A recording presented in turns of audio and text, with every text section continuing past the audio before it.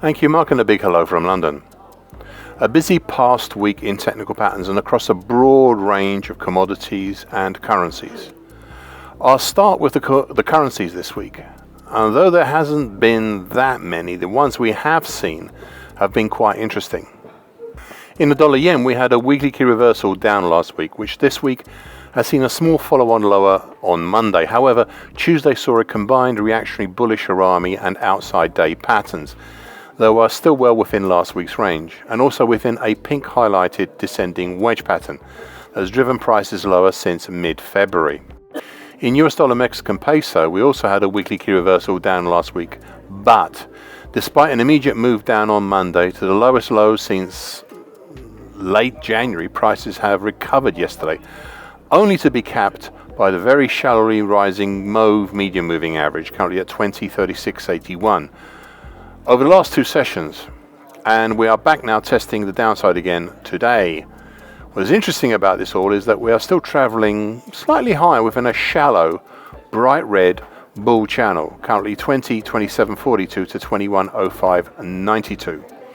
This bull channel has been pierced before, including this week on the downside, but it has managed to keep going since early November last year to date. We move on to US dollar CNY, the onshore Chinese yuan, which had an immediate countering weekly key reversal down last week.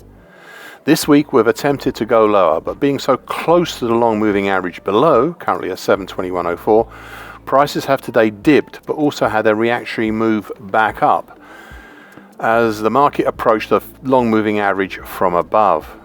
We also had a weekly key reversal up last week in Japanese yen against the CNY.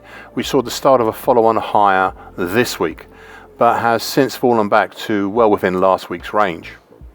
Finally, an unusual one. The US dollar Argentine peso blue dollar had a weekly key reversal down last week, but only just. This week there has been a limited attempt at following on lower, though we are really still within last week's range. On to the stock markets now, and we only had the two last week. A weekly key reversal down in the DowJones index, which this week has been widely reported seen a dramatic follow-on lower down to levels not seen since September last year. Plus, a weekly key reversal up in the HangSeng index in Hong Kong. This has seen a strong gap-filling reactionary move back down this week, though we are still within last week's range. Moving now to the commodities, and we had a weekly key reversal down in the sugar white premium spread, which has seen a follow-on lower this week, but still just barely staying within last week's range. Now, I put this down to the declining gold long moving average that sits just below the market, currently at 111.5, and is acting as an immediate support to the market. Meanwhile, overhead, we have a pair of 50% Fibonacci lines at 128.75 and 131.25 that have capped prices. I'll cover this more in my weekly sugar video commentary published last Monday.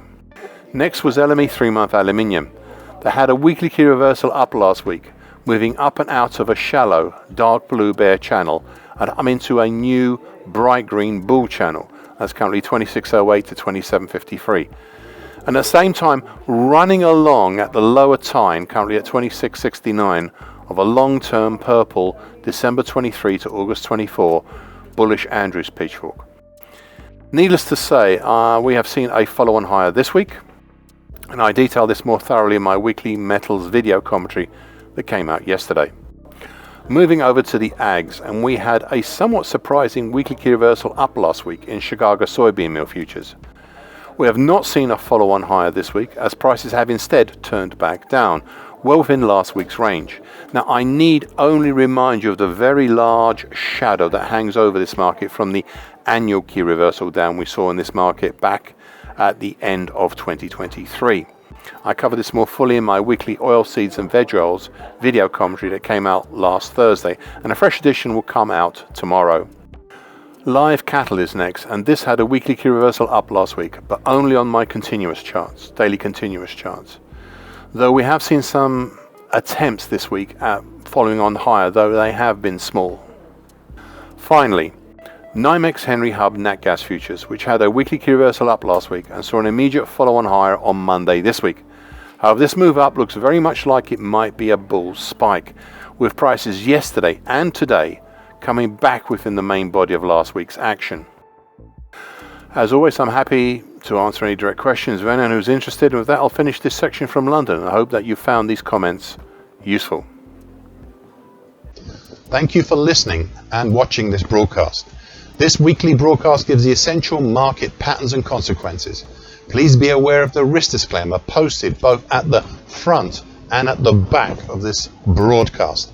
The copyright is Eddie Tofpik and ADM Investor Services International Limited. And here comes the final important bit.